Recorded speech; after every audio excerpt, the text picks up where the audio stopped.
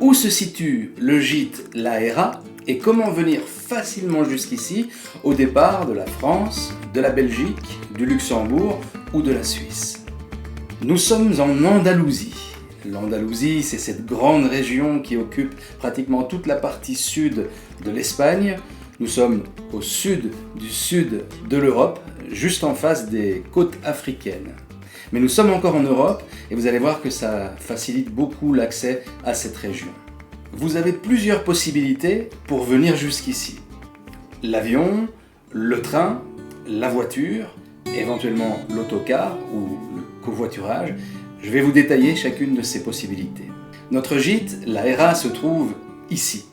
Nous sommes vraiment au cœur de l'Andalousie, entre les provinces de Malaga, Grenade, Cordoue et Séville.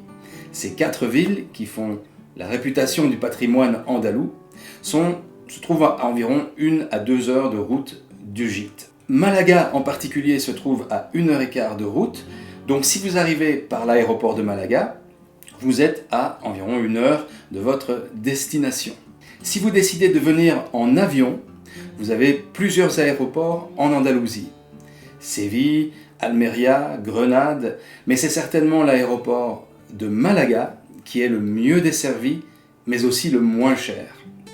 Depuis Bruxelles, Luxembourg, Genève, Paris et quelques autres villes de France comme Bordeaux ou Nantes, vous avez des vols directs vers Malaga.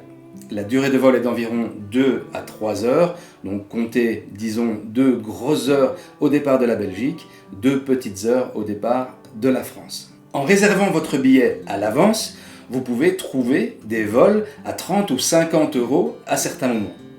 Bien entendu, en été, les tarifs sont un peu plus chers, mais Malaga reste un aéroport très économique.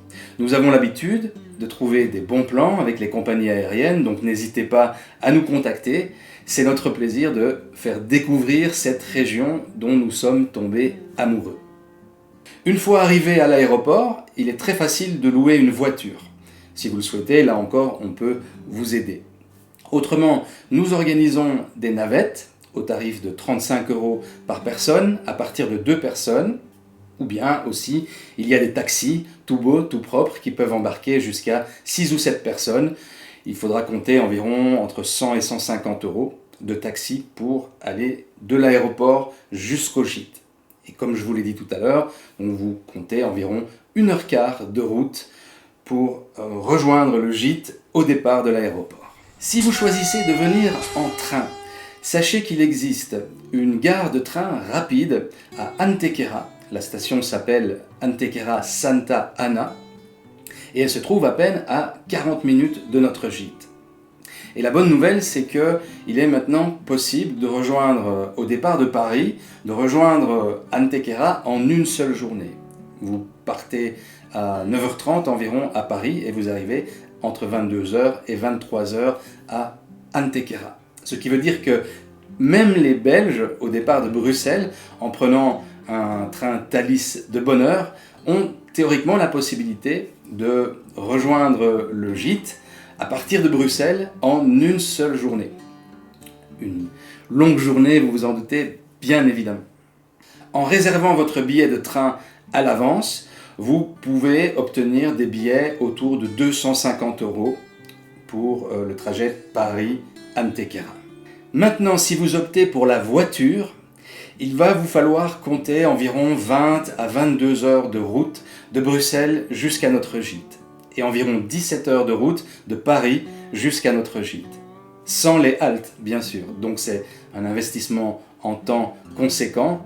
Il faut compter quasiment 2 jours de route en fait, à l'aller comme au retour. Mais l'avantage, c'est bien sûr que vous avez votre propre véhicule sur place. Autrement, il existe plusieurs compagnies d'autocars qui desservent le sud de l'Espagne à des tarifs en général un petit peu plus avantageux que le train, ou bien encore le covoiturage pour ceux qui aiment le pratiquer.